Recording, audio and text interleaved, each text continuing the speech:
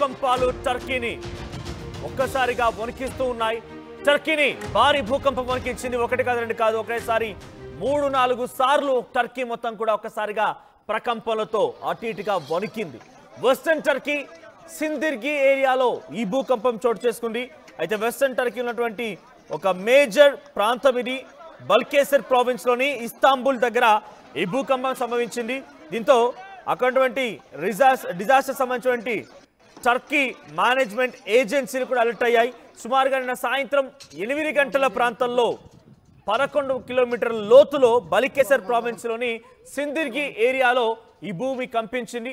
6.1 తీవ్రతతో ఈ యొక్క భూకంపం నమోదైంది. సో ఇస్తాంబుల్లోని ప్రకంపనలు రేకెత్తించాయి. భూకంపం తాటికి అక్కడ వందలాది ఇల్లు పూర్తిగా కుప్పకూలిపోయాయి. అయితే ప్రస్తుతం మనం చూస్తున్న విజువల్స్ గమనించండి ఒకసారి.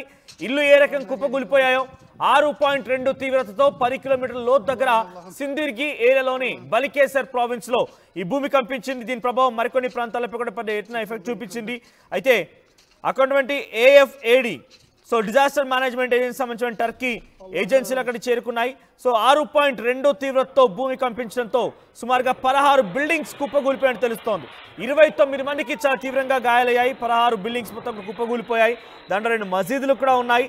రెస్క్యూ ఆపరేషన్స్ కొనసాగుతున్నాయి ఇప్పుడు. సో ఈ ఘటన తర్వాత వెంటనే మరో ఘటన కూడా చోటు చేసుకుంది. అది 4.6 మ్యాగ్నిట్యూడ్తో మరోసారి భూమి కంపించింది. రెండోసారి భూమి కంపించింది.